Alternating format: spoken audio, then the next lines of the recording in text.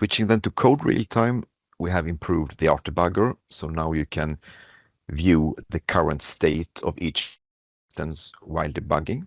So this avoids having to do printouts to understand in which state the state machine currently is.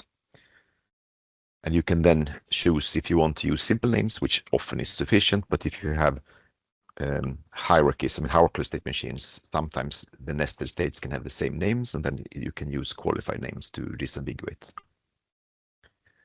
We also have a new command, send to app, which corresponds to the similar command in model real-time. So it basically is a way how you can invoke a custom debug command that you have implemented in the target RTS, for example, for tracing, but it can do basically anything, and how you can invoke that from the debug UI. We also improved so that a TC that you want to launch, for example, for debugging, now is automatically built before launching. So if you have made any changes, it will be detected and the build will happen before the launch takes place. And as part of this, we also support 2 new launch configuration attributes called pre-launch task. That's a Visual Studio Code built-in attribute that basically allows you to do some custom action before the launch takes place, and also an attribute build before launch, which you can turn off if you don't want this behavior of automatically building before launching.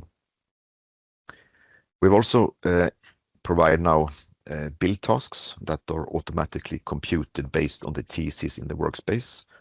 So this makes it possible to easily build any TC in your workspace, and in particular, if you're using build variants, this is useful because this is a way how you can provide the arguments to the build variants and decide what version of the application to build.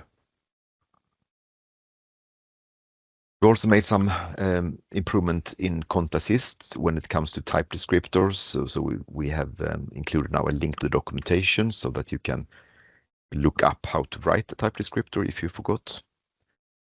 And then we did a number of improvements in the code generator.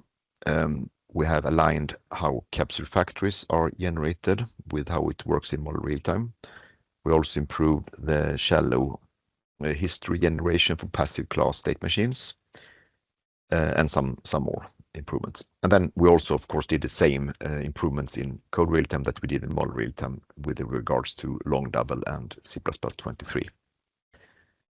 There is also a new sample, matrix multiplication sample, and it shows how you can use unwire ports in code real-time.